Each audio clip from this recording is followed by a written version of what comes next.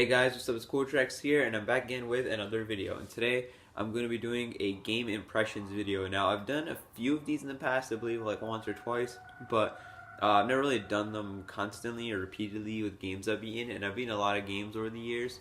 So I thought I'd start doing them again and try to keep them something that I could do on my channel, because I love to talk about games, as you guys know, and there's more to games than just collecting. I also love to play games as well, obviously. So what better game to talk about for my return to game impressions videos than Super Metroid. This is the first ever Metroid game I've actually ever beaten. Now I've played through a bunch of them, but I've not actually beaten them, and I decided to sit down and play through this game. And whenever I got stuck, I would use a walkthrough. So I did use a walkthrough to beat this game, so make of that what you will. Maybe you'll say I didn't really beat it or whatever, but you know, that's just up to you. But yeah, I got from the beginning to end of the game, and I'm here to give you guys my thoughts on the game, what I thought of it, and you know, it being my first Metroid game, what I thought of the experience and all that stuff. So yeah, let's just get right into it. So first off, I want to talk about just the Metroid series itself. It's always a series that I've wanted to get into ever since I saw Samus in Smash Brothers Brawl and Melee. I thought she was a really cool character, and I've heard the music was really awesome and the stage and everything, so I was like, yo, Metroid seems pretty cool.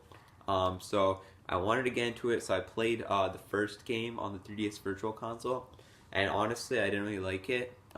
It just felt very, I don't know where the hell to go, very cryptic. I just didn't really enjoy it. And it was really hard. Like, you start out with only 30 hit points, and after that, you have to farm to get all the health and everything. So I didn't really make it too far, and I didn't really play much afterwards, and that kind of left a bad taste in my mouth. But I decided to, you know, give Super Metroid a go on the Wii Virtual Console. The Wii Virtual Console. This is way back, and I got a little bit in, but I just didn't. I don't know. I guess I just didn't understand the game very well, and then I just got grabbed on by something else. So I just played another game. But yeah, that's pretty much just a little bit of history of my me and the Metroid series. As for the walkthrough, I forgot what the guy's name was, but if you guys really want to know, just ask me and I'll put in the comments. It was a 100% walkthrough, so I didn't get every single item, but I got pretty much all of them, I'd say. I had a lot of missiles and power bombs and super missiles and all that. But about the game itself, first out, I just want to talk about the story. Story is basically, this is the third game in the Metroid series, and it takes place after the first two, which really, there's really not much story to go after that. It summarizes in the beginning of the intro, so yeah. But in terms of you start off and you have to go to the space colony, and you have to retrieve the Metroid that was, something happened to the Metroid you don't know at this point. And when you get in, there's like an alarm blaring, there's like dead bodies on the floor, and it's just very creepy music playing, and I just thought that was really crazy for a 1994 Super Nintendo game. The atmosphere in this game is absurd. It's crazy awesome. It's something out of, like, you know, modern day horror film. Like, not even that, it's very atmospheric, like Silent Hill or Resident Evil or something like that. It's very eerie. There's a lot of music in this game that's pretty freaking scary. A lot of the enemies and the bosses in general just look really creepy, really scary looking, and everything. There's just a lot of attention to detail, you can definitely see. And then you have to fight Ridley, who's the purple dragon, who's like killed Sam's parents and stuff like that. He's pretty. He's basically the god of death. That's one of his aliases. But yeah, you have to fight Ridley, and you have to escape from the colony as it blows up after a minute. So it's just a crazy intro already. Then you land on the planet Zebes, and there's nothing going on the planet. There's nothing going on. You're just running around. And then once you get to the same place from the first game, you get the morph ball, and there's like an eyeball, and it like scans you, and it's just like, wait, is it an enemy? And then you shoot it, nothing happens. So you're just like, okay, it's whatever. But then you go back up, so this creepy music starts playing. There's enemies everywhere. There's space pirates just running around. There's all these different enemies from the first Metroid. And that's when we realized that scanner was just there as like an alarm system. So it's like the whole planet came to life. So just stuff like that, like those little atmospheric things, and like there's like bugs flying off when you first enter the planet, as if like no one's been there for a long time. So it's just stuff like that that I really liked about this game. It's very eerie, and it's a lot of attention to detail, and yeah, just a simple story. I like that. I guess we could talk about the game itself more in terms of gameplay. There's a lot of exploration, and by exploration I mean a lot. And one thing I liked about this game that wasn't in the original Metroid was this game had like a map already in the game, so you could look at it whenever you wanted. Granted, that you still had to explore a lot, but it made things a lot easier for sure. And there's a lot of backtracking in this game. You see items like hidden away. You see them like they're there, but you can't get them sometimes until you learn how to get them later on. There's like different skills that you have from the beginning of the game, but you just don't know you can use them, like wall jumping, which honestly I didn't really like wall jumping. It was just really annoying. But there's that, and there's so many upgrades you can get, and the upgrades actually stack on top of each other, which is really cool. So it's not like Mega Man where you just have one weapon and then another weapon. In this game, you can have the ice beam and the plasma beam at once. So like it does what both of them do, which is really sick in my opinion. Yeah, it's really awesome. I really like that. And what else was there to talk about this game? Yeah, backtracking. You have to go through the same areas multiple times. It's pretty interesting how the developers were able to have like it's a big world. It's a pretty big planet. I'm not gonna say that like it's small, but you have to keep going through these areas over and over again. So it's like the Metroid series is basically like Mario, as in like the 2D, and then it has Zelda or the exploration. So it combines those. That's something really cool. And in terms of music, I'll talk about the music now. Lots of great tracks in the game. I really like the opening theme, the Norfair theme, the Bryn Star theme. Lots of great music. The ending theme, the credits theme, the theme when you're just on the surface of the planet and you're just chilling. I really like the music a lot, and the Mother Brain battle, all of that. And speaking of Mother Brain, let's talk about the bosses. The bosses in this game were really cool. Really awesome. Kraid, Crocomire, his boss battle was crazy because at the end he falls in a lava, turns into a skeleton. Then the skeleton jumps out from behind and then he freaking dies. It's just pretty morbid, I'd say. There's the Spore guy, there's Fantoon, there's the Dragon one. There's like lots of really creepy looking monsters, I'd say. Like not so much like some of them aren't like that creepy looking, but like I forgot what that one. There's like this one monster, I forgot his name. The boss, he like grabs on you and like you have to electrocute him. That one was really scary looking, honestly. Fantoon was also pretty creepy, and of course, there's really being an extremely intelligent like murderer. Like it's pretty scary, and he's like the yells, the monsters all yell, especially really his yells. It's like like it feels like menacing. You know what I'm saying? But yeah, I really like the boss battles. A lot of them took effort. You have to figure out how to beat them. You can't just like, it's not just like Mega Man where you just jump around and spam. Like you have to actually like strategize how to get their mouths open and like shoot them, fill them with missiles. You know what I'm saying? It's really awesome.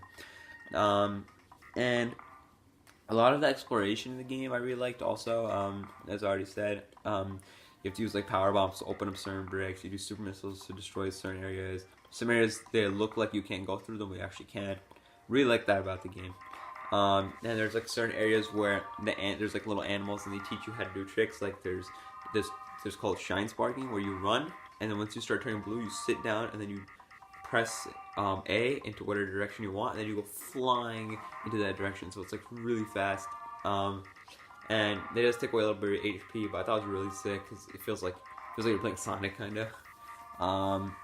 And one thing I really do want to talk about is the sprite work of this game. I thought the sprite work is fantastic, and it doesn't get enough attention. Like looking at the sprites for like Ridley or the bosses, any of the bosses, the enemies, just the planet itself, Samus herself.